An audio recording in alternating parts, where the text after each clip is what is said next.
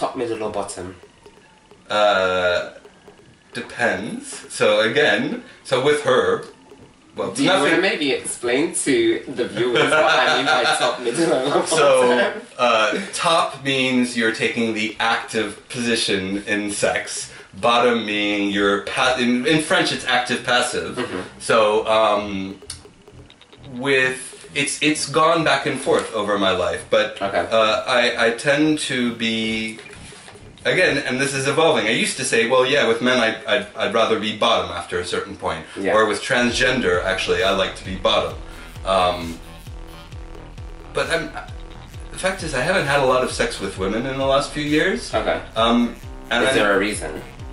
Because none have come to me and said, I want to have sex with you. I'm not a very aggressive, I would have never been, I've never been a kind of guy that goes out and like... forward. Yeah, I'm not forward, I don't hit on women. I will flirt with anyone, but I don't hit on people. And so, yeah, I'm actually finding that I like being the more passive partner. And I say that, then the other night I met somebody that I was a young transgender who I would guess would never be top, but I felt extremely attracted to, and I would, you know, I would do my best. Yes, you seem a very confident guy, and you seem very in the LGBT community, gay community, whatever. You seem quite in touch with yourself and quite effeminate in some ways. Do you think that contributes to you maybe liking men more than women? If you do. Well, first of all, I'm confident when I'm among people that I trust. Oh, he trusts me. I'm not necessarily as confident in public, though again, that's, since I've moved to London, that's been changing. The whole thing I said where before I said I was bisexual but like this, but like that, that's changing because I'm feeling more comfortable with who I am. So where before I would theoretically talk with close friends how I felt these things, now I can talk to it with just about anyone. It doesn't really matter to me anymore. Even people at work now, not everyone still, but some of the people, like my managers, know where that would have been like, I never would have done that before. And that was going to be my next question actually. Are you confident enough to let everyone in your life, professional and personal, know your... Not everyone. Not yet everyone. And when you say that, do you mean family or...? My family knows, though I don't talk about it a lot. Well, so on Facebook, I was at a night the other week called Trans Sister, which is a transgender night, but in fact it's an everything night. Everybody goes there. Trans Sister, everybody loves it. Put the link on, you know, we'll put a link on there. We'll put a link down below.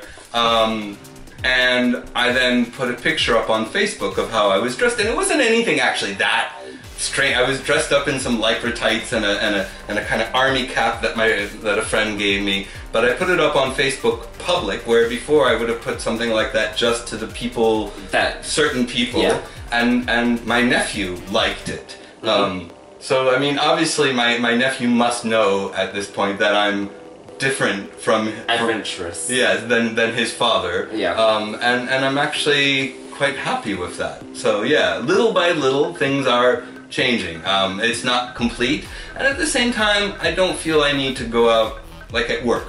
I tell the people I get along with at work, they know. I don't feel any need to tell... It's no one else's business. Right, exactly. How long have you known that you were bisexual? Because I mean, you spoke about the 80s, so you clearly knew about your sexuality there, or you was discovering your sexuality then. The LGBT community will say, these are the people that are open, will say that they knew when they were children. When did you find out? Well, there's a couple things I did when I was a child, you know, just kind of like showing my penis to other guys and stuff. And there was one time I thought I was kind of in love with a friend of mine, and that was like even though we stayed friends, he didn't reject me, but he was like, no, you know, I don't want that. Actually, when I was like 11 or 12, I gave a guy a blowjob at overnight camp, and then I It's funny, I think back, I didn't even really realize what I was doing, and then the one really good friend I had at camp, like, really pushed me away, because I was like, oh, I can do it for you too, and he was like, no! Yeah. But it's funny how you can do all these very obvious things, but in your conscious mind, you're still blocking it. You're not, the first time I consciously said, I am bisexual, I was about 19, I guess. And because I was in New York, I was with a group of friends that were all, not all, but they were very open, and many of them were bisexual. And so that was a very liberating moment. That's when I told my parents as well. But then I got married. And then after that I had a very long relationship with a woman. So I kind of stepped back into the closet. Like, it's not like they didn't know. Both of those women knew, and my close friends knew. But also at that time I was living in Paris, and Paris is such a unbelievably conservative place in terms of that. I mean, in Paris, it's fine to be gay. Yeah. It is not among everybody, but among, like, let's say, among people that aren't idiots, it's fine to be gay and it's fine to be straight. Yeah. But being in between is very uncomfortable for a lot of people. And I remember inviting a transsexual to dinner with my very close friends who were very open-minded, very nice people, and they were just so uncomfortable. They could not deal with it at all. And why do you think? I don't have an answer for that. Okay, I'm now with a woman, I must be monogamous with this woman. Do you believe in monogamy?